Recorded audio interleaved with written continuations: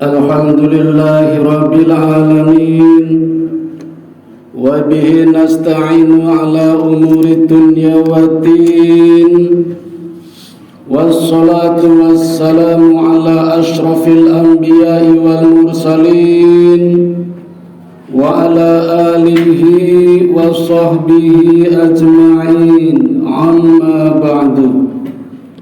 Ashhadu an la ilaha illallah wahdahu la syarika lahu wa ashhadu anna Muhammadan abduhu wa rasuluhu la nabiyya ba'dah. Qala Allah ta'ala fil kitabihil karim, a'udzu billahi minasy syaithanir rajim. Ya ayyuhalladzina amanu taqullaha haqqa tuqatih wa la tamutunna illa wa antum muslimun. Shadaqallahul adzim. Faya ibadallah usikum wa nafsi bitaqwallah faqad fazal muttaqun. Ma'asyiral muslimin rahimakumullah, marilah kita senantiasa memanjatkan rasa syukur kita kehadirat Allah Subhanahu wa ta'ala yang selalu memberikan ridhonya kepada kita, dan juga salawat kepada Nabi Muhammad sallallahu alaihi wasallam yang dengan doa belas kasihnya memberikan kesempatan kepada umatnya, khususnya kita, hingga kini kita berada di tengah-tengah dua hari raya besar, Idul Fitri dan Idul Adha. Boleh dikatakan Idul Fitri adalah lambang kesuksesan Nabi Muhammad sallallahu alaihi wasallam yang menjawab dan membalas sekaligus menghancurkan konspirasi orang-orang kafir dan orang-orang Yahudi yang berada di kota Mekah dan juga Madinah. Boleh juga dikatakan Idul Adha adalah keberhasilan dari Nabi Ibrahim alaihi salatu wassalam yang mampu menumbangkan sifat-sifat kedoliman yang dilambangkan oleh dolimnya raja ketika itu bernama Namrud laknatullah alaihi. Dan hadirin yang dirahmati Allah, Nabi Ibrahim ini nabi yang terbaik. Nabi Muhammad sallallahu alaihi wasallam sendiri mengatakan bahwa Nabi Ibrahim adalah paman yang terbaik, yang kesekian dari sekian banyak paman-pamanku. Dan Nabi Ibrahim adalah pamanku, kata Nabi, yang memiliki wajah yang mirip denganku. Nabi Muhammad sendiri juga mengatakan bahwa Nabi Ibrahim adalah afdalul anbiya, seutama-utamanya nabi. Dunia akhirat semua mengagungkannya. Di dunia saja sampai hari ini begitu viral namanya di berbagai kitab suci. Dalam kitab Tanah misalnya, kitabnya orang-orang Yahudi, Nabi Ibrahim dikenal dengan nama Abraham yang artinya bapak manusia. Di dalam Al-Quran, Ibrahim terdiri dari dua kata, ib atau abi yang artinya bapak, rohim artinya kasih sayang. Jadi Ibrahim artinya Bapa kasih sayang. Memang begitu sifatnya. Beliau memiliki sifat Al-Halim, orang yang tidak suka membalas dendam, suka mengalah. Maka sangat wajar kalau beliau sangat disayangi oleh Allah. Beliau mendapat gelar dari Allah Khalilullah, kekasih Allah. Beliau mendapat gelar dari Allah Khalilur Rahman, Allah yang manusia yang terdekat, kekasihnya Allah, karena memang memiliki sifat Al-Halim. Di dalam Quran saja nama beliau disebutkan sebanyak 69 kali. Sehingga kalau setiap orang Islam khatam 1 kali saja membaca Quran, sudah pasti menyebut namanya sebanyak 69 kali. Itu baru 1 kali khatam. Berapa juta manusia yang khatam Quran? Bahkan tiap orang muslim, saya yakin tidak cuma khatam sekali saja, berkali-kali. Maka berapa miliar orang menyebut sampai hari ini nama beliau Ibrahim di dalam Al-Quran. Itu baru ketika membaca Al-Quran. Setiap hari kita sholat 5 waktu, maka berarti 5 kali kita membacakan sholawatnya. 4 kali. Kama sholaita ala Ibrahim wa ala ali Ibrahim, kama barakta ala Ibrahim wa ala ali Ibrahim. Setiap sholat sehari 4 kali 5 berarti 20 kali. Itu baru sholat wajib. Belum ketika tahajud, belum ketika duha, ketika rawatib, ketika sholat mutlak, ketika sholat hajat, ketika sholat taubat, dan sholat-sholat yang lain. Berapa ratus juta bahkan miliar orang yang sampai hari ini menyebut nama-nama beliau Ibrahim alaihi salatu wassalam. Bahkan di akhirat hadirin, sampai hari ini di Baitul Maqmur tidak cuma setiap hari. Mungkin orang haji setiap setahun sekali, orang umrah setiap sebulan sekali, kita sholat sehari. Tapi di Baitul Maqmur 70.000 malaikat setiap saat, tidak cuma setiap hari. Keluar masuk 70.000 malaikat. Masuk 70.000 malaikat, keluar. Masuk lagi 70.000 malaikat, keluar. Semuanya menghormati Ibrahim alaihi salatu wassalam.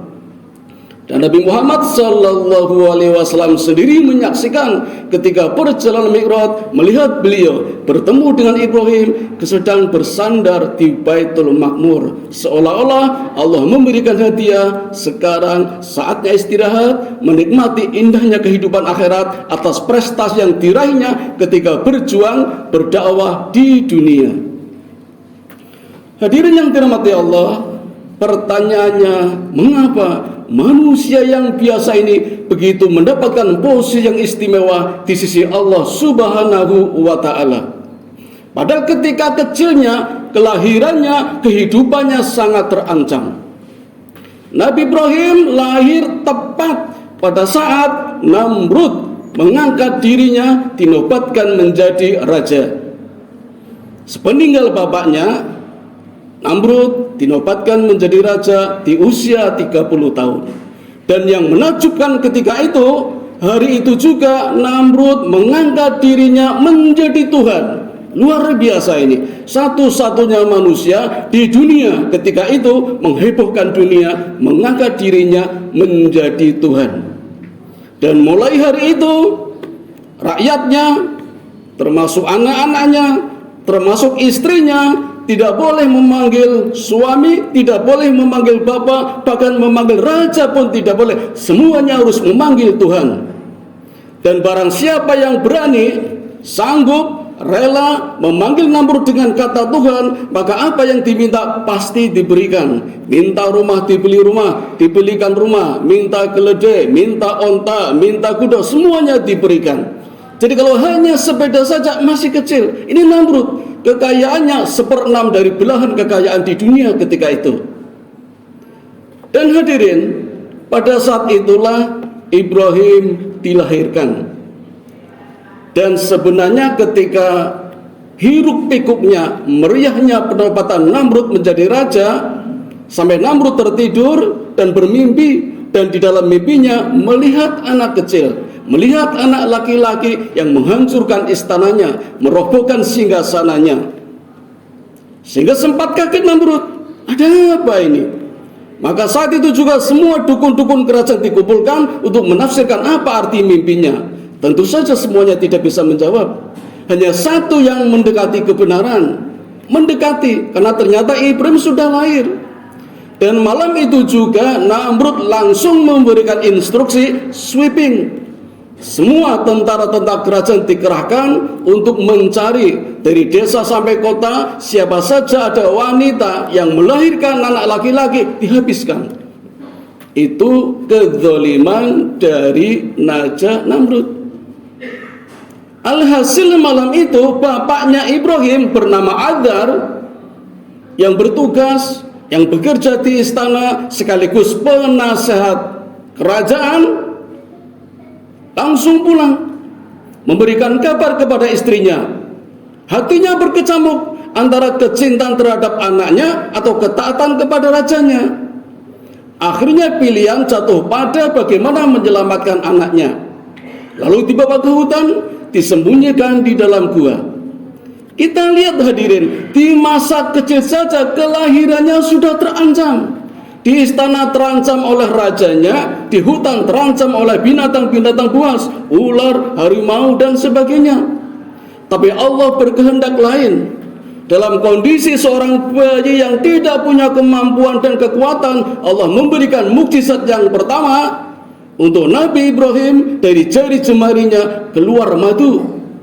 Dan setiap bapaknya datang, setiap ibunya datang menjenguk, dilihatnya Ibrahim sedang menghisap jarinya yang keluar madunya. Mukjizat pertama.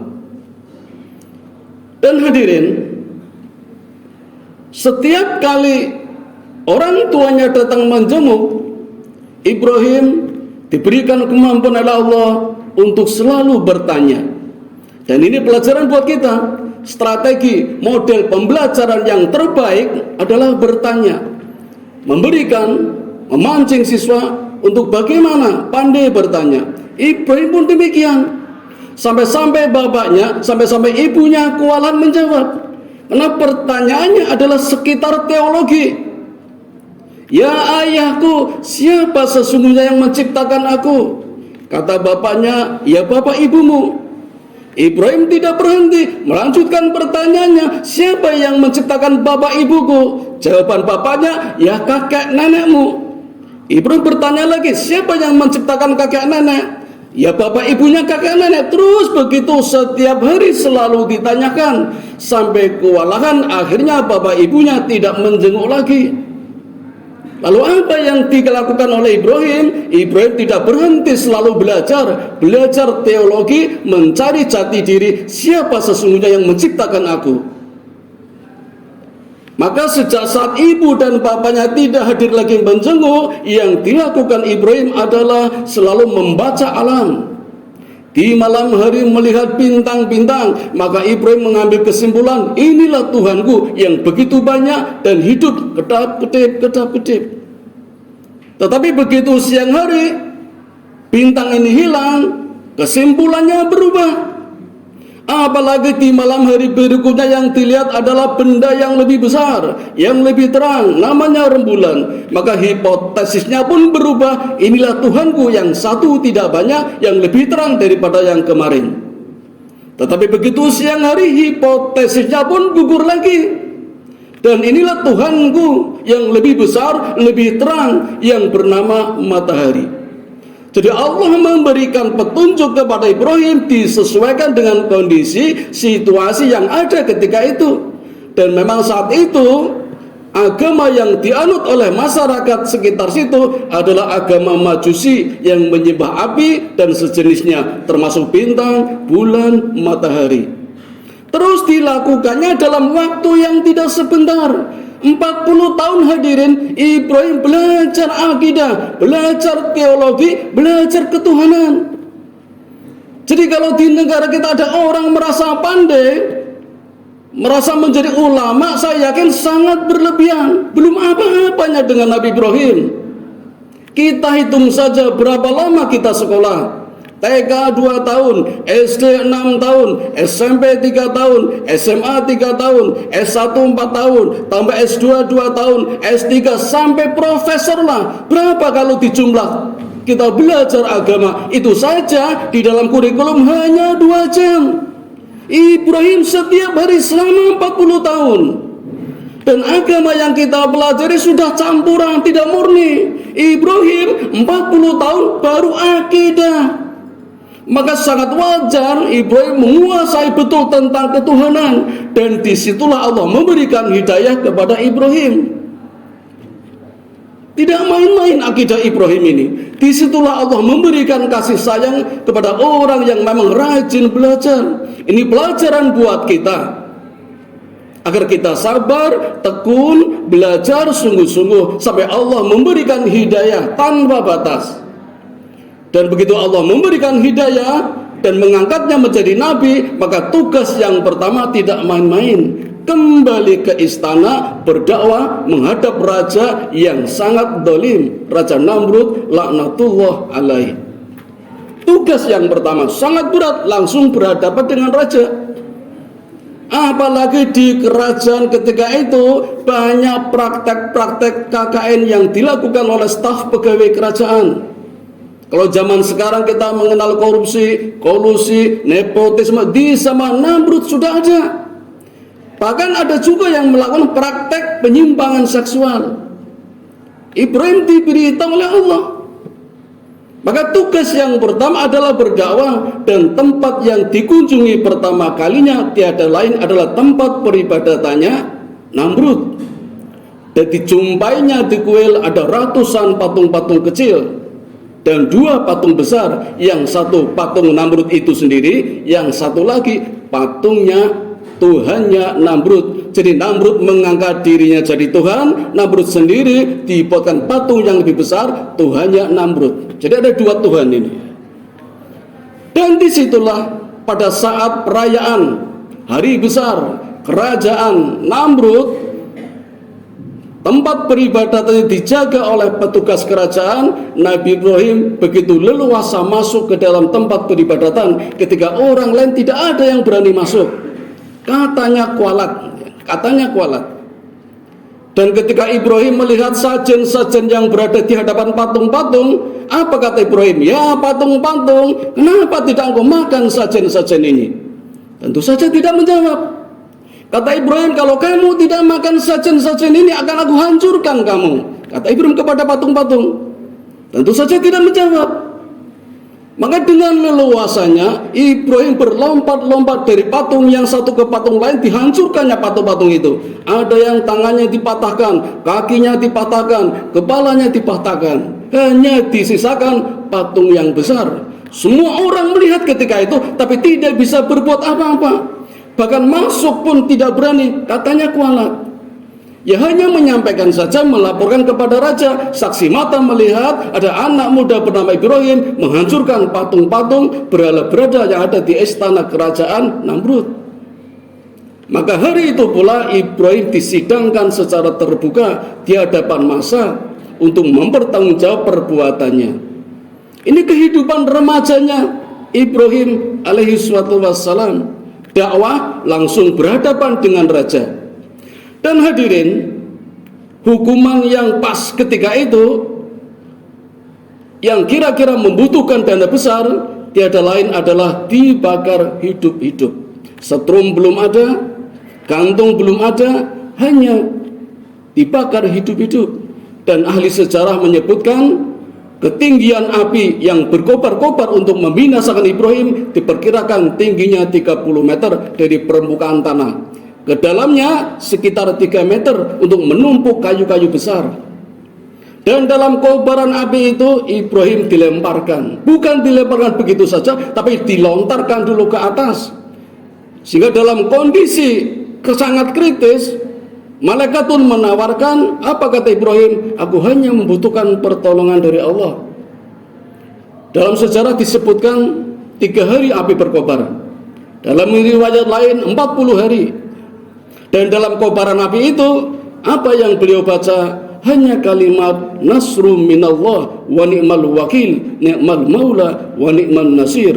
Nasrum minallah wa ni'mal wakil, ni'mal maula wa ni'mal nasir. Itu yang beliau sebut ketika dalam kobaran api hanya membutuhkan pertolongan dari Allah. Maka Allah mengirimkan banyak malaikat, termasuk di dalamnya ada malaikat Jibril dan juga malaikat penjaga awan. Allah pun berfirman, Kulna ya naru bardan wa salaman ala Ibrahim. Wahai api, dinginlah kamu dan selamatkanlah Nabi Ibrahim. Allah juga mengirimkan makhluk-makhluk kecil untuk mematikan api dari bawah. Dan kita tahu dalam sejarah ada satu binatang yang justru tidak ingin mati. Api itu. Dalam hadis dikatakan binatang itu adalah cecak. Maka Nabi memberikan sunnah kepada kita untuk membunuh cecak. Walaupun mungkin cecaknya berbeda, cecak di zaman dulu, zaman sekarang, tapi itulah sunnah. Asal syarat membunuhnya tidak menyakitkan dan tidak main-main. Jadi langsung mati. Walhasil setelah 3 hari atau 40 hari dalam riwayat lain, Ibrahim keluar dari tumpukan abu-abu kayu dalam kondisi segar bukar. Bahkan dalam riwayat lain dalam kondisi basah kuyup seperti kehujanan. Maka semua yang berada di hadapan Ibrahim, raja dan rakyatnya tercengang.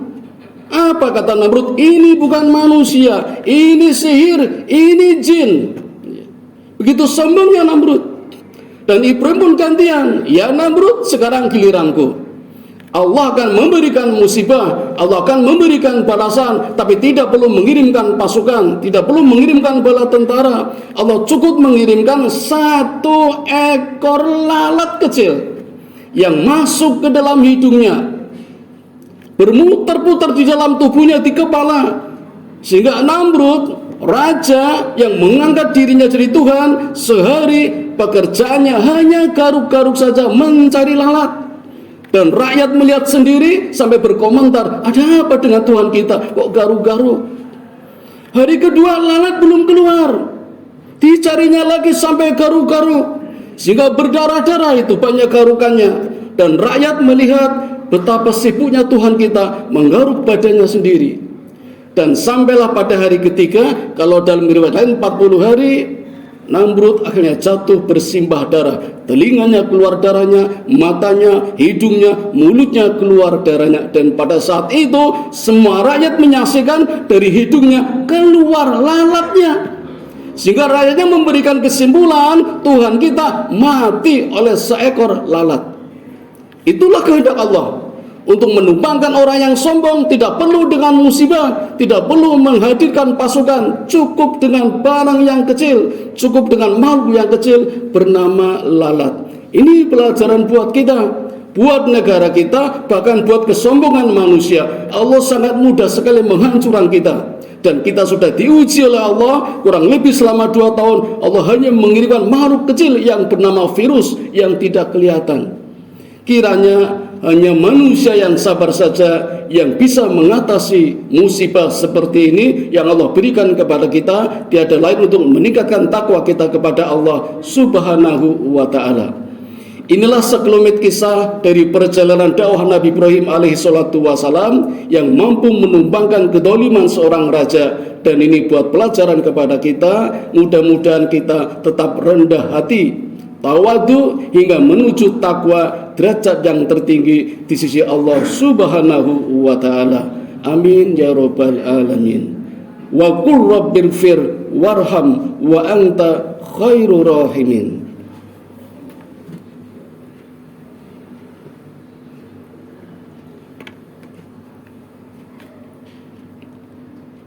Alhamdulillahilladzi hadana li hada wa ma kunna linahtadiya laula an hadana Allah.